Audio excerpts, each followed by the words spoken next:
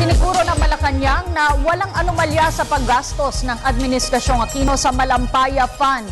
Kasabay nito ay dinetalye ng palasyo ang pinaggastusan ng nasabing pondo. Si Elena Luna sa detalye. Nagpalabas ng listahan ng palasyo ng mga nagastos ng Administrasyong Aquino gamit ang pondo mula sa Malampaya Natural Gas Project. Ito ay bilang patunay sa nauna ng pahayag ng Malacanang na walang anomalya sa paggugol ng Malampaya Fund sa Administrasyong Aquino. Noong 2011 lang po tayo unang naglabas or kumuha mula doon sa pondo ng Malampaya.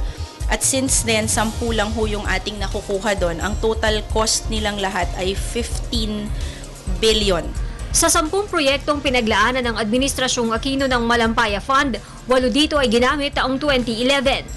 2 bilyong piso ng pondo ay ginamit sa fuel requirement ng small power utilities ng National Power Corporation. 2 beses rin kumuha dito ng pondo para sa Pantawid Pasada program ng gobyerno. Sa pondo ang pinangbili ng Hamilton-class cutter na BRP Gregorio del Pilar na ginagamit para sa proteksyon at seguridad ng Malampaya Project.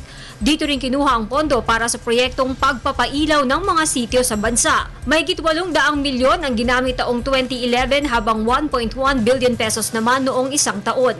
Ang kabuuang halaga nito mahigit 15 billion pesos. According to Secretary Ikot Petilla, nasa 130B ang current balance po niyan nung fund po ngayon. More or less 130B. Idinetalye ng palasyo ang listahang ito matapos lumabas ang report ng umano'y maling paggamit ng administrasyon ni dating Pangulong Gloria Macapagal Arroyo sa pondo ng Malampaya. Ginamit umano ito para sa livelihood kits para sa mga magsasakang nasalanta ng bagyong Ondoy at Pepeng taong 2009 na maaaring paglabag sa Section 8 ng Presidential Decree 910. Binigyang diin ng palasyo na sa Administrasyong Aquino, ang interpretasyon nila sa probisyong ito ay dapat gamitin ang pondo ng Malampaya sa mga bagay na may kinalaman sa enerhiya. For energy-related, the President construes that particular provision very strictly. Para sa Telebisyon ng Bayan, Elena Luna.